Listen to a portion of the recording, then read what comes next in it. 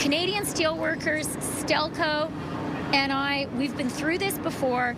We know how to win. We did win.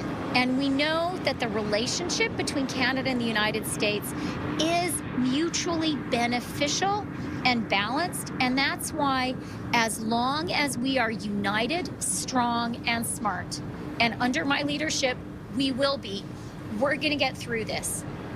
I do also just want to say how inspiring it's been for me to talk to people working here. I want to give a special shout out to Tony and to his wife, Vivian. He said to me, she's the one in charge of grocery shopping in the family, and she is making an effort to buy Canadian. She wants everyone to have better labels in the grocery store so that great Canadians like Tony and Vivian can choose to buy Canadian products. And I also want to give a shout out to Scott.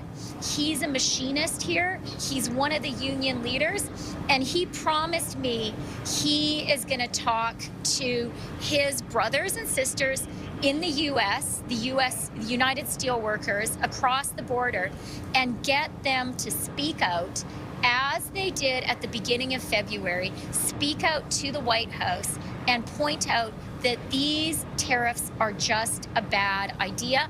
As the Wall Street Journal has said, this is just dumb. And so I just want to say to everyone here at Stelco, to every steelworker across the country, and to every single Canadian, we can get through this. If the U.S. hits us, we will hit back. Canada is going to be united, strong, and smart, and we're going to get a good deal at the end. We're going to win just like we did last time. Thank you very much. Ready to answer your questions.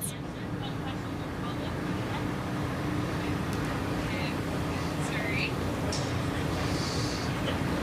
So with steel tariffs expected to have a far-reaching impact, especially in cities like Hamilton, what relief plan would the Liberals, put forward to help cushion the blow more broadly, not just for steel companies, but for small businesses that are going to see impacts to their margins as well? Okay, so great question.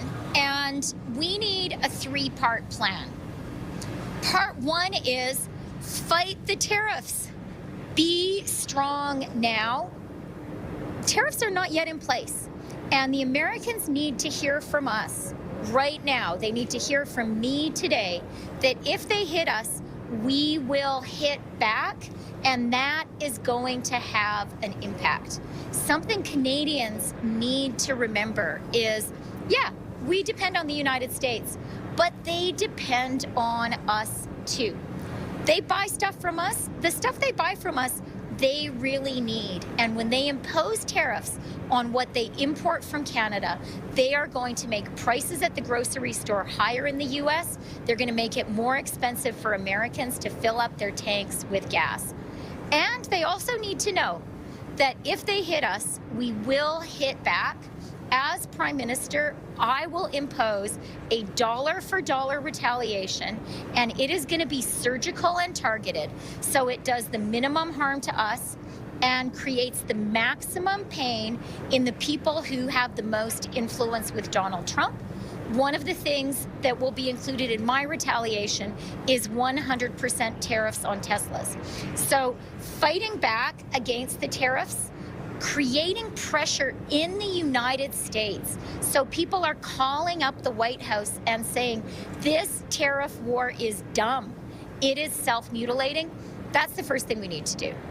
The second thing we need to do, and Tony, one of the guys who works here, raised this with me, is we need to seize the opportunity that this crisis offers us, and we need to work hard to make Canada stronger and more resilient.